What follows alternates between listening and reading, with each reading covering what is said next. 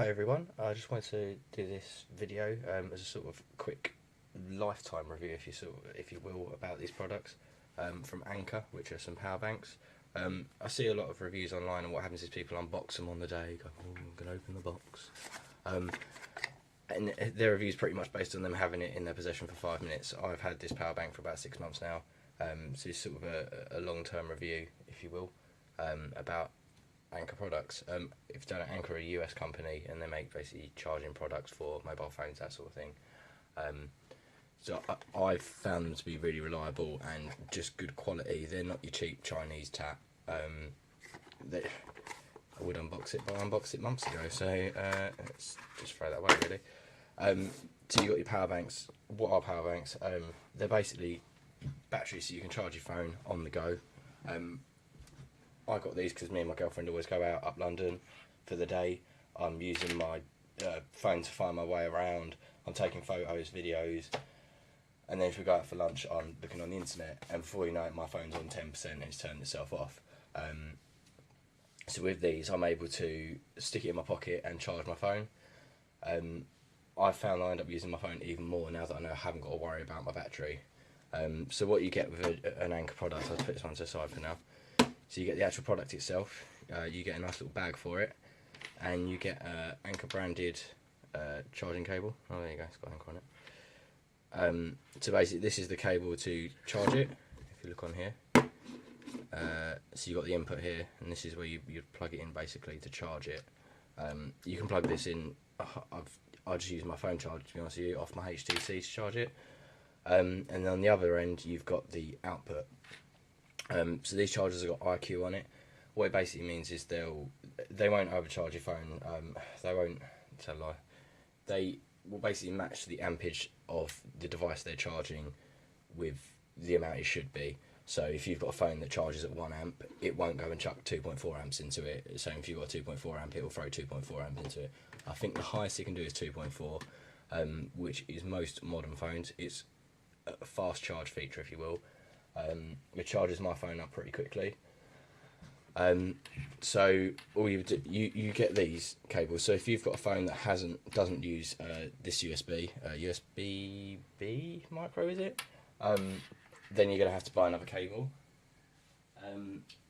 So I've literally just got a standard USB-C for my phone. So you plug it into there, pin the right way around, and charge your phone. So what I would do is when I see my phone getting to like 40%, I will just plug it in my pocket and just leave my phone there while I'm walking around, and it will charge it. I've actually found myself using this more and more. I don't want to be tethered to the wall when I'm charging my phone at home, so I'll end up going and watching TV downstairs, and I'll just take the power bank with me.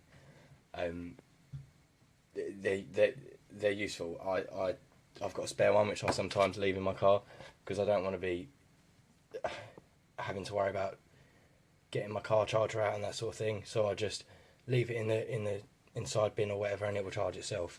So I've got two here. I've got a 10,000 milliamp hour one which I bought here, and I've got a 5200 milliamp hour one, which my friend gave to me because she never used to use it, to be honest with you.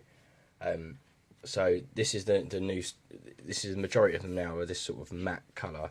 I did notice this morning, so they must have changed the product line. They now actually do this in red and white. I probably would stay with the black. I mean, the white's quite nice.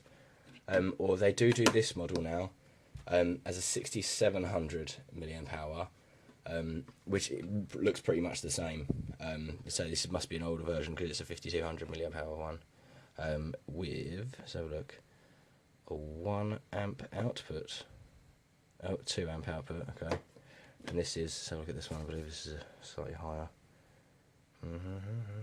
It's a 2.4 amp output. There you go, took me long enough.